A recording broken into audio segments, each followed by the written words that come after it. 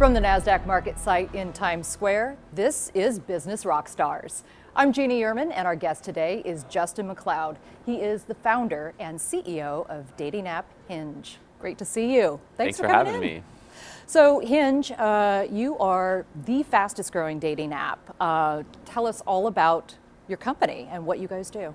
Hinge is the dating app that's designed to be deleted. So we're for people who are ready to move off dating apps. I think a lot of us can feel like we're perpetually in this cycle of like spending more time on them, and Hinge really takes the time to design around our users' deepest need, which is to get out on great dates that lead to relationships. And because we've done that, Hinge is now the fastest growing dating app in the US and the UK, Canada, Australia. That's amazing. Congratulations. Thank you. Do you have a specific demographic, or are you fairly broad? We are pretty broad. I mean, we definitely focus on people in their 20s and 30s, but people of all ages use us. And for those people who don't know, you have a great backstory that kind of led to this app and the reason for its creation, which actually has been featured in kind of a fictional version on Amazon's Prime's Modern Love series. In any case, for those who don't know, what is the backstory? Oh my gosh, well, it's a long story. We could spend this whole interview talking about that story, but the shorts version, as short as I can tell, is that I dated a girl in college, and we broke up at the end of college, and I was heartbroken over it. And but mostly it was my fault. Like, I was just like a crazy party kid in college, and I think she really wanted to settle down, and I was just not into that at the time. And so 4 years later, I'd like gotten all my stuff together, and I was going to Harvard Business School, and so I reached out to her to try to get her back. And by that point, she said it was too late, and she was living in London with another guy, and so I was totally heartbroken, and I started Hinge. And I know that probably doesn't sound normal, and there's a whole backstory to why I started a dating app immediately after not getting back my college girlfriend. And then 4 years later, even after that, so now 8 years now since we broke up, a reporter wrote a story on me and inspired me to essentially go and try to get back the girl, which I did about 2 months before she was about to get married to that guy in Switzerland. And she came back, and that's the short version of the story. Right, and for those who want all the juicy details, they're included in this article with a UK pub I was reading. In fact, she left her fiance and then moved in with you and took a chance, and it all worked out. Yes. All right. Now we have a 6-month-old little boy, and yeah, everything's great. That's great. So you started Hinge out of Harvard Business School. Interesting, because at that point, had you even had a job kind of in corporate America?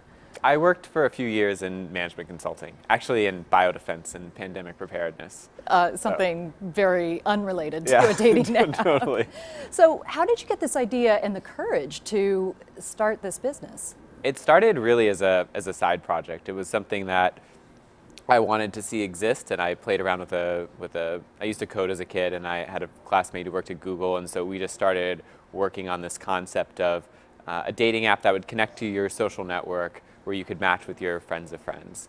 And we entered it in the business plan competition, and it got torn apart, and like people did not think that this was a good idea, but I thought it was a good idea. And I was supposed to go to McKinsey. I was supposed to go to this consulting firm afterwards, but I just really got obsessed with this idea that this should exist in the world, this sort of simple, fun, easy way for people my age to meet that connected to our social networks and was based on our mobile phones. And I just believed that it was going to be a thing. So let's take a second, though, because that's important. You had this belief, and there must have been moments where there were people like, this is not a good idea. Like, oh yeah, everyone told me it was a horrible idea. Okay, so how did you overcome that? It was a horrible idea. My classmates told me it was a horrible idea, that it would never work.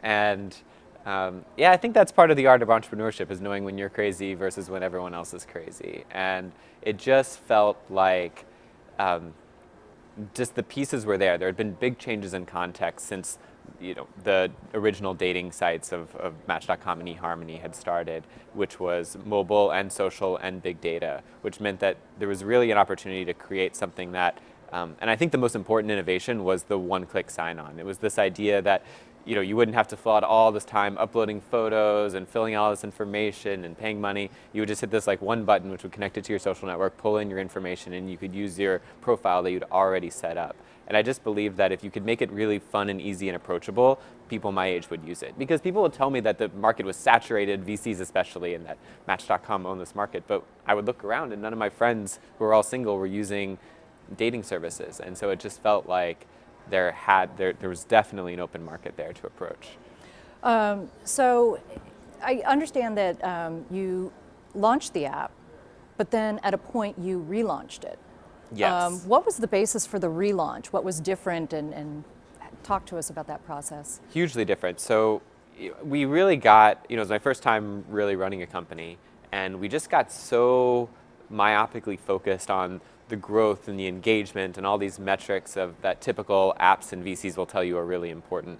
And we were growing, but over time it just felt like the market sentiment was turning against us. People, this article came out about the dawn of the dating apocalypse, and just people, I think the original promise of these apps was starting to fade, and people kind of just felt like it was turning into hookup culture and providing endless choice to people.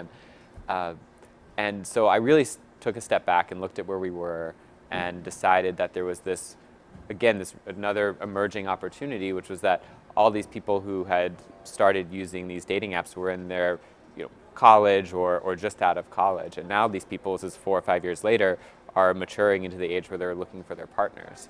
And so we really stepped back and basically tore down the entire app, actually let go of half the team and really rebooted from scratch, and built a new app that instead of focusing on the metrics of engagement and retention, we just focused on one metric, which was how many good dates are our users going on each week.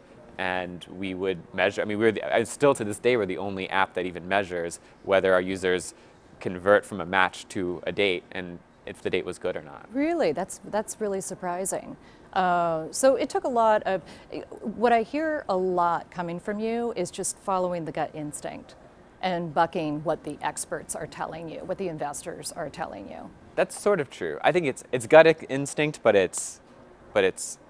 I think, again, that being a really good entrepreneur is being idealistic and following your gut while also being ruthlessly practical and analytical at the same time. And it was both. It's that I really did see that the sentiment was turning against us. I was reading sort of the sentiment about digital addiction in the market, and also, and it's just not the app that I wanted to create as well.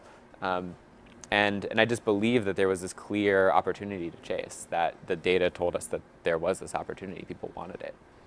I came across an article, really terrific, and I can't remember the pub it's from, but it's 5 things I wish somebody told me before I became a CEO. I won't go through all 5, but I did want to hit on just a couple. You've kind of already touched on this, but you say that it's not the idea that counts, it's the people and the market. Mm-hmm. Do you want to give us just a couple quick thoughts on that? Sure. It's, I think a lot of times when we're new entrepreneurs, we're really precious about like this idea, like, oh, I've got this idea and I've got to protect it, and like this is the thing. And so rarely is the original idea the thing.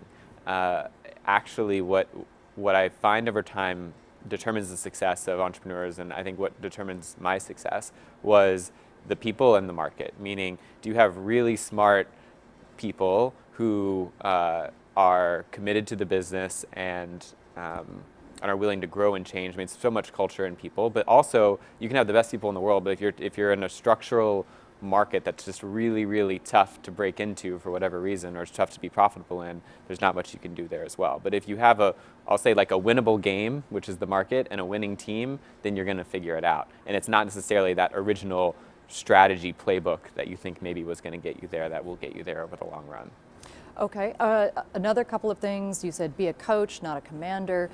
The other one I was hoping to get a couple details on is focus on customer, not competition. And you kind of already talked about that, where you were, you got a little misguided watching certain metrics, but you got to a metric that was important about what was good for your customer, right, with those dates? Yes, that's right. And it was also, we focused too much on the competition. The competition would release a new feature, and we would be like, oh, like we have to have that feature too. And we would get so wrapped up in making sure that we were sort of keeping up with what other dating apps were doing, and we matched every feature that they had. And eventually what that meant was our app looked exactly like their app, and they were much bigger than us. So there was like, you know, there's no differentiation, there's no way to win anymore. And so that's when we really stepped back and just got obsessively focused with the customer and what they wanted, which was great dates. And when we started doing that, our app started to look very, very different than the competition. One thing I want to hit on before we close out, because there's been quite a bit written about how you, as a CEO, successful CEO and entrepreneur, have given up social media on your phone, email on your phone, and you're very big on the concept of disconnecting. Mm-hmm. First off, why? And what's your advice for fellow founders or aspiring founders about disconnecting and the importance of it?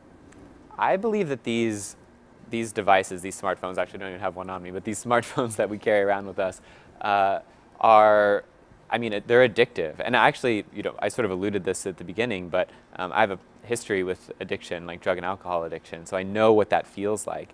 And when these like social media apps started coming out in these phones, like it's the same sort of obsession, compulsion, this like constant need to like stay looped in all the time, and it just completely burns you out. It burns me out, and so I've really had to create discipline over time. And so I've gotten rid of. I don't maintain social media accounts. I don't have Facebook or Instagram or any of those things. But even email and Slack for me, I've had to remove from my phone, not because I'm so disciplined, but because I'm so undisciplined.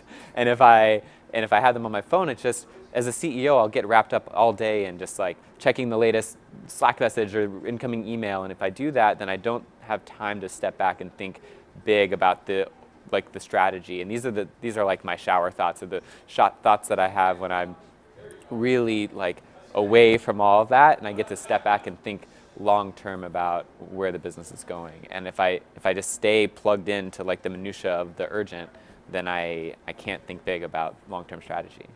Yeah, and isn't that just one of the #1 roles of a CEO or founder? It's vision, right? It's vision and imagination, and leading the company. And so I'm sure by shutting all that off. Yeah, I get to become more of a leader and less of a manager. That's great. Well, terrific. Thanks so much for the time, Justin. Thank you. I've been talking with Justin McLeod. He is the founder and CEO of Hinge. From the NASDAQ market site in Times Square, this is Business Rockstars.